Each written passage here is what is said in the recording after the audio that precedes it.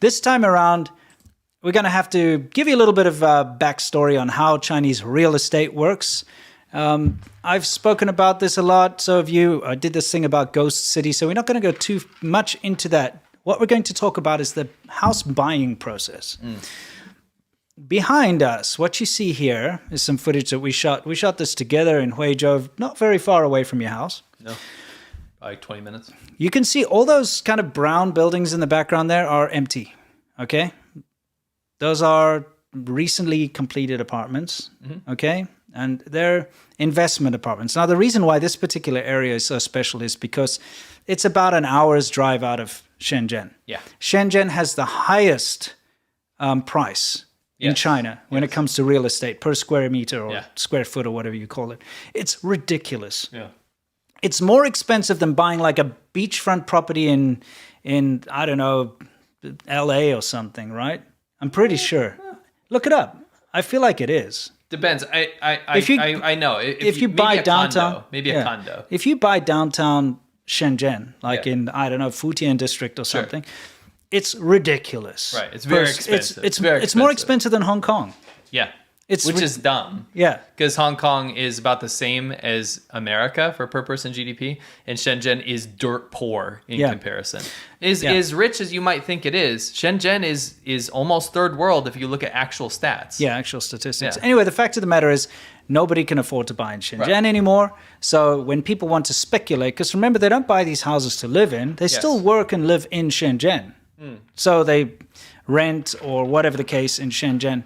Very few people are willing to do an hour and something commute back and forth each day. Yes. But for speculation, in order to invest, they'll buy these properties that are fairly close by. Okay? So Huizhou, as you know, was kind of a good idea because it's fairly easy to get there from Shenzhen, and also talks of the high-speed rails opening and all that would possibly make a commute possible in the future. Yeah. Anyway, it's way cheaper. Yeah. So this is one of many cities where you saw a huge explosion in these empty apartments, these so-called ghost cities. But I don't want you to pay attention to that finished bunch over there. What I want you to pay attention to is, first of all, that lake, which is not a lake. See, that's not a lake. It's just waterlogged ground. Yes. Behind it is a river. Yeah. Okay? And we used to hang out all the time in these areas. Yep. But that kind of lake is just ground that's been cleared for the next project. That's right. And next to it, you can see a not so waterlogged, because look, it's really humid and it rains a lot there. There's a lot of water. Another cleared lot right behind us where they're going to build a new project. That's right. Okay? So how it works, guys, is you go to these ridiculous sales events and they're opulent. They're crazy. Okay? Yes. I've been to one before. In Mongolia of all places, because the construction company I was working for wanted to spy on the competition and see what they were doing. They always do. So you go in there, they've got like a model of what the buildings will look like when they're completed, you know? And it's normally quite cool. They got little moving cars and lights and stuff. They make it look pretty cool. Like they build these models, right? This is what it's cool. Yeah, it's kind of cool. Like if you're into building Lego cities or something. Yeah, definitely. Or scales models, you'll like There's people out there. Yeah, you'll like it because this usually looks pretty cool. It does. Like they put effort into that. So you got a model, and then they have like some absolutely ridiculous like live band playing. Yeah, white monkey jobs. Yeah, white monkey jobs. A friend of ours used to do it and earn a lot of money. Estate. They give you a little tiny glass of champagne, and you have like white monkeys playing music, but they're not plugged into anything. Yeah, over a he was so upset because he's a real musician, and in the beginning they used to play, but then they were like, "Nah, just pretend to play," and they put in a CD of like Celine Dion or something, and they'd have to pretend. Rest in peace, by the way. No, he didn't survive. The China ended him anyway. So they'd have these like singers. They'd have like very beautiful models there, handing out brochures and free food and all that kind of crap, right? So you go to these sales events, and you pick an apartment. You say, okay, I want this size apartment, et cetera, et cetera. And then you pay your deposit right then and there. I did that myself. Okay, yeah, you did that yourself. So you can explain again like how this all works. But you pay for the apartment, you put down your deposit, and you immediately start paying mortgage. Yeah. But where's your apartment? I didn't have one. Yeah. So to put this in perspective, they were breaking ground.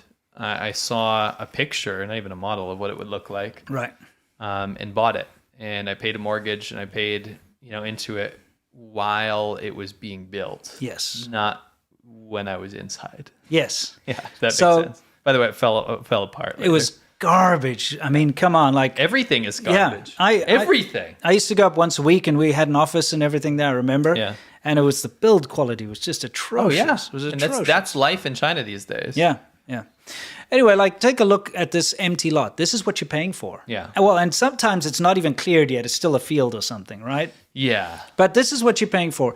The real estate companies, they lease this lot of land from the government, the local government. Because you can't own land. Yeah, and it costs the lease only lasts 70 years. Mm-hmm. And that's from the day that they start the lease. That's right. So let's say it takes 10 years to build. Yeah. You'll only have 60 years left on your actual lease of your apartment that you've now paid for. It's a ridiculous situation. Anyway, I want you to pay attention. There's another big lot over there that's been earmarked for more business, and they're doing some land reclamation in the distance there so that they can build more of these quick and cheap, easy things, because it's a huge economic engine. Yeah. They get the people, you see, people have already put the money down. So they can take people's money and just like cut corners and throw up some cheap building, and at the same time just start another one to get even more people's money. So it's almost like a pyramid scheme. Yeah. They just the money keeps coming in for nothing. Yeah. There's nothing there yet. For free? Yeah, pretty much.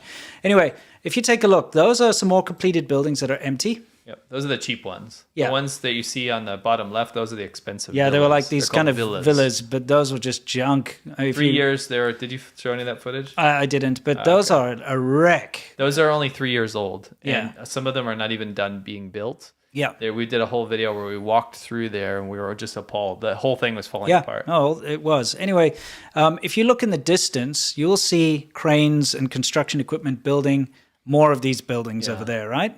So you've got some completed ones, and then you've got more that are currently under construction. And if you look in the very far distance, you see more cranes because they're still building more back there.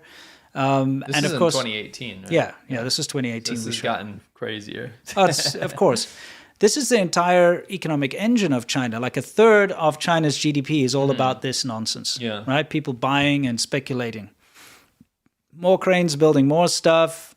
But I want to bring your guys' attention back to the whole empty lots, okay? Mm-hmm. Because China's real estate market has been hit by, a lot of trouble. Mm-hmm. Evergrande, as we all know, went bankrupt and defaulted, which is one of the biggest real estate. Even other big ones like Wanke, Wanker, yes, Wanke, are also having troubles. Tons of smaller real estate companies are also having big issues. Yeah. But what this has led to is a big slowdown in construction. Yeah. Okay, again, I want to point out, here's another site that I filmed, that we filmed with a drone nearby. You can see 2 empty lots where they're going to be building new apartments. Behind, you've got those empty apartments, and behind them, you can see more cranes building more. Yeah. So here's the thing. 2 years ago, you and your family went to one of these sales events. Yep. And you saw this model, and you saw this is like 20,000 RMB per square meter or whatever it was. You put down your deposit, and you've been paying this mortgage for 2 years now. Every month, you get the deduction, which is big. Yeah. It's huge. Yeah. Okay? And you took a mortgage out for an apartment on this lot over here. Mm-hmm. Dirt part. This dirt part. Within those 2 years, the construction hasn't even started. No. Or if it has started, it's been delayed now and it's not continuing to be built. So it's kind of like just they've put up a few skeletal husks and they haven't continued. You're hoping that they at least Control-C, Control-V that shit. Yeah, exactly. So now imagine this happens. You now see that the lot next to yours, so let's look at the one over there, that one. Mm-hmm. They're now having a new sales event. And the new it sounds like a car lot. Yeah, exactly. New sales event. Exactly. And in that new that lot next to the lot where you purchased, which hasn't been built yet, or is just starting to be built and it's delayed and stopped, they're now selling apartments for 15% less than what you paid for. Now, if I'm going to throw something in here, it's going to be, you have to understand the logic and reasoning behind a lot of Chinese people. The only reliable investment for them is property. Yes. So if you hear, and they're also very, very entrepreneurial people, right? Sure. They've been given a lot of opportunities to invest in things and make money, something they couldn't do under Chairman Mao, right? So they're a very business-oriented folk. Yep. All of a sudden you hear about people not having to pay as much, Yes. what do you think is going to happen? Well, they're outraged. There's a reason why, by the way, things are being sold for like 15% less than new stuff coming out. It's because the demand isn't there anymore. Right.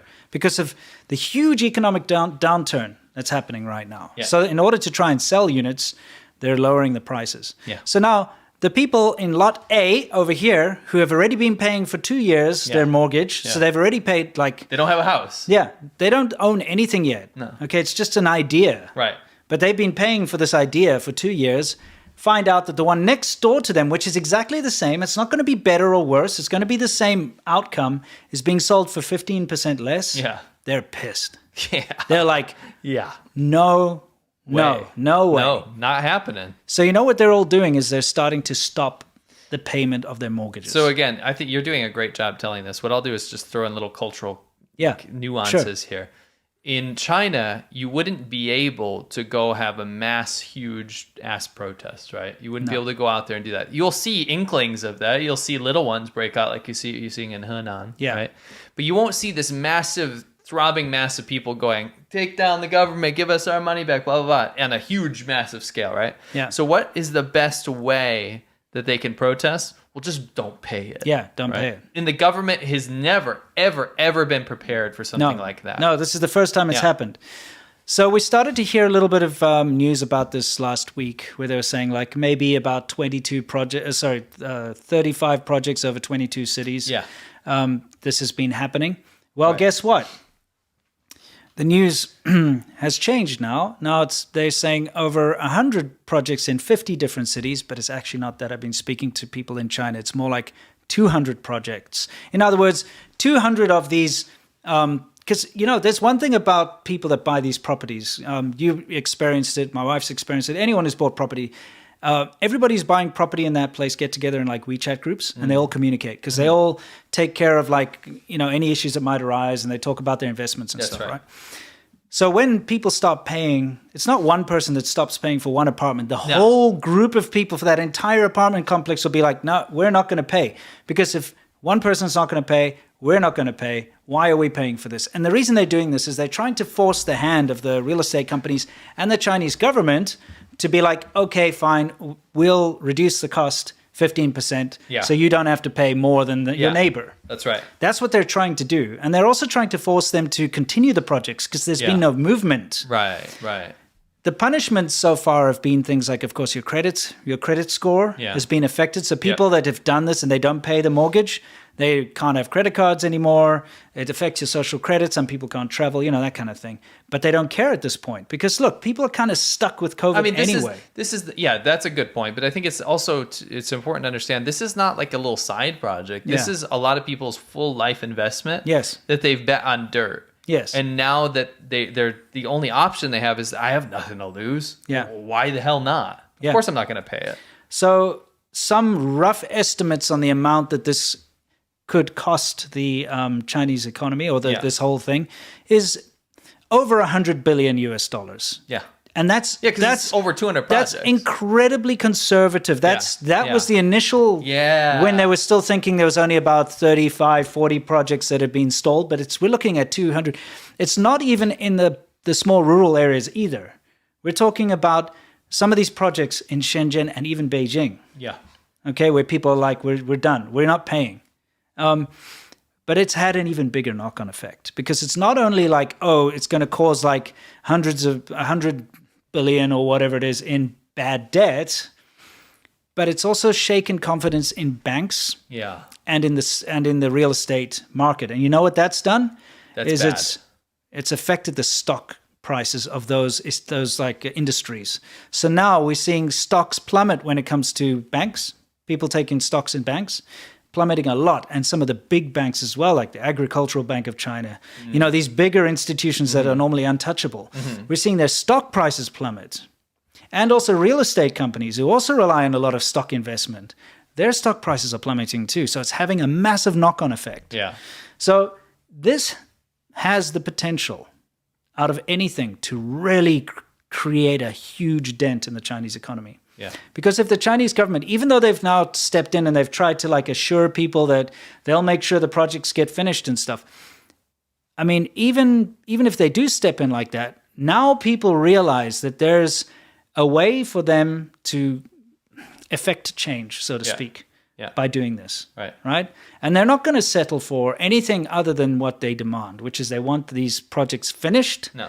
And they want their 15% or whatever it is discount. And that's going to hammer the property market, because if they have to capitulate and start selling these things for less, it's going to upset the entire industry. It's going to take confidence out of the entire industry. Yes. People are going to be like, we got to pay less. Why did I pay more? Right. You know, when you go out to buy a new house now, you're not going to, the demand's going to be less. So if you buy this house, when you sell it, are you going to be able to make more money, or is it going to be less? It's really going to upset everything. And the stock market downturn, everything together. If it spreads, and it already is spreading a lot, just imagine if it spread like wildfire and everybody who was currently invested in a building that hadn't been built yet. Which is a ton. Which is, I'd say, a huge percentage. Huge percentage, yeah.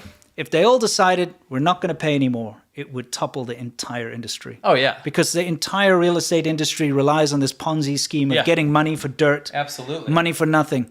And if they're not going to get that money for nothing, how are they going to pay for their materials? They already can't get loans anymore because of those 5 red line rules that the government put into place. You can really see the entire real estate economy, the engine just collapsing. Yeah. So this is the first time ever that I have ever seen a situation with the Chinese economy that might actually have ramifications, huge ramifications that cannot just be swept under the rug. Right. Because the Chinese government will always step in and prop up all these companies. They'll always just eat the cost. They'll do whatever they can do, because it's not like the West where things naturally kind of adjust themselves. Yeah. The Chinese government will fake numbers and they'll pump money into things that they shouldn't, and they'll do whatever they do. But this time, you can say that there's a big possibility that this is going to have massive ramifications, this particular situation. Actually, my video that I released today has everything to do with those ramifications. Right. So if you want to check that out, go to Lawai86. Yeah, please do. I just wanted to show a little bit more of this drone footage for a second here, because just to give you an idea of the scale of how much of this construction and stuff is going on. All of those buildings over there are empty in that lot, okay? Yep. You can see everywhere on the horizon, you see buildings that are currently under construction or, newly finished. Yeah. And even the populated buildings that I lived in would have apartments that were still empty because of speculation. Yeah. People have bought them as an investment and never really put anything into them. I also wanted to show you the quality of the buildings. These buildings that you're seeing here, I filmed this in Guangzhou, which is the capital of Guangdong. You probably know it as Canton or Guangzhou, but it's got the Canton Tower. In fact, you'll be able to see it in this footage somewhere. These buildings are not old, by the way. No, I lived in a building like this. It was from mid-90s. Yeah, exactly. So what you're dealing with is like mid to late 90s, this building was built, and it just looks awful. So this is what you're spending your money on at the end of the day. This is what you're going to get. This is an aged one. This is what you see. They actually were built better back then. Yeah, they last quite longer. A bit better. Yeah. You can see, if you look right above where I'm pointing, in the distance you can see the Canton Tower. Yeah. For those of you who know anything about Guangzhou, and Guangdong, the Canton Tower, it's quite a spectacular tower.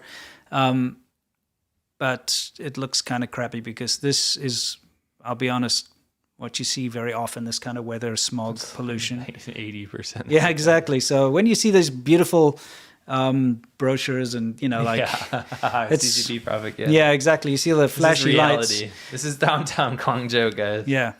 Anyway, you get the idea. But we just needed to tell you that this is really quite an important thing that's happened. Yeah. In the Chinese economy, this idea of boycotting paying your mortgages, because people have reached a point now where they don't care anymore. No. Okay? No. The unemployment rate is also massive in China right now. Yes. New graduates are finding it very difficult to get jobs because of the bloody lockdowns. Yeah. It's oppressive. It's awful. So people are not in the best of situations. And when you're paying these mortgages on these houses, they are ridiculous. Yeah. Okay? One of my clients in Shenzhen was paying 30,000 RMB a month for their just for their mortgage. It's like $5,000, 4 or 5. They could not afford it. They had to, the entire family, so it was the husband and the wife and the grandparents and everyone else who had money in their family was helping them pay for this. Yeah, because you think about it, it's $5,000 a month, right? Yeah. But the average person in Shenzhen makes about $1,500 a month. So correct. How are you spending 3 times your salary on your rent or your mortgage? Your mortgage. And, the crazy thing is that it's 30,000 RMB a month they were paying for their mortgage. I was paying 3,800 RMB for rent. $500. So nothing, rent. 10% or whatever it is for rent for the same size apartment that they bought, and it wasn't built yet. Yeah. So it's a stupid situation. Ponzi scheme. It is. It's ridiculous. Anyway, that's the Chinese real estate market. But I'm just saying, watch this space, guys, because unless the Chinese government comes in and quashes this, which I'm telling you they are already, they're trying their best to stop the spread of this. Right? So when people talk about it, it's getting deleted. It's not being talked about. No. Because they don't want people to catch on to the idea that if they stop paying their mortgages, that they're going to get results. Yeah. You know? That's a good point. Because if it spreads, they're effed. Yeah, absolutely. Yeah.